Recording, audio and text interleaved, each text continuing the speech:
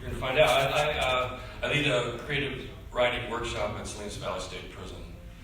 And I got a poem from one of the gentlemen there, one of the incarcerated Americans there, as Lori taught me to express it.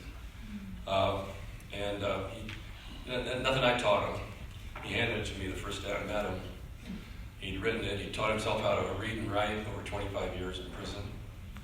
And he'd lost 100 pounds, too.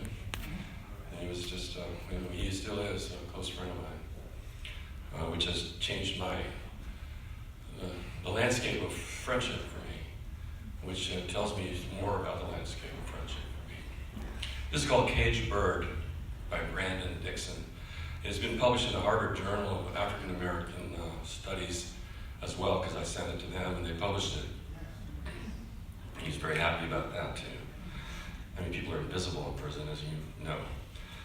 Molded from the black land of clay on a crisp summer day, seeking joy in a state of decay, these penitentiary gates predict the ruin of the Golden State.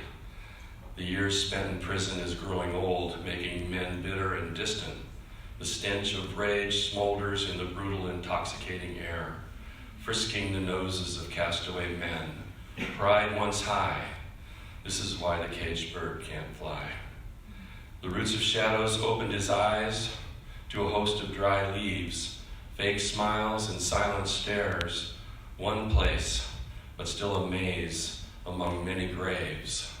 The new slaves in these stockade plantations stretched across the nation.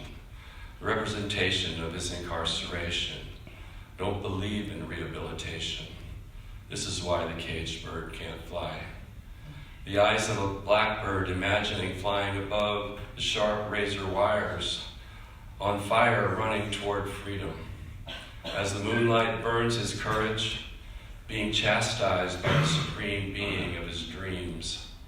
Many things seem to be true when one is sleeping, sweeping across the inaccessible landscape with faith, chasing an illusion with a conclusion of a lie.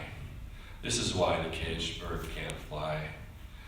Year after year, bad fortune lurks about him. As he sits, he hears torture of violence near him. Men beating on steel doors, screaming for liberty, shackled to concrete, defeated by loneliness, strictly guided by barcode. Bitterness of the blackbird in solitude gives way to a black attitude. The magnitude of idle years piled up give reason to the man hanging in the cell, hoping to fly when he die. This is why the caged bird can't fly.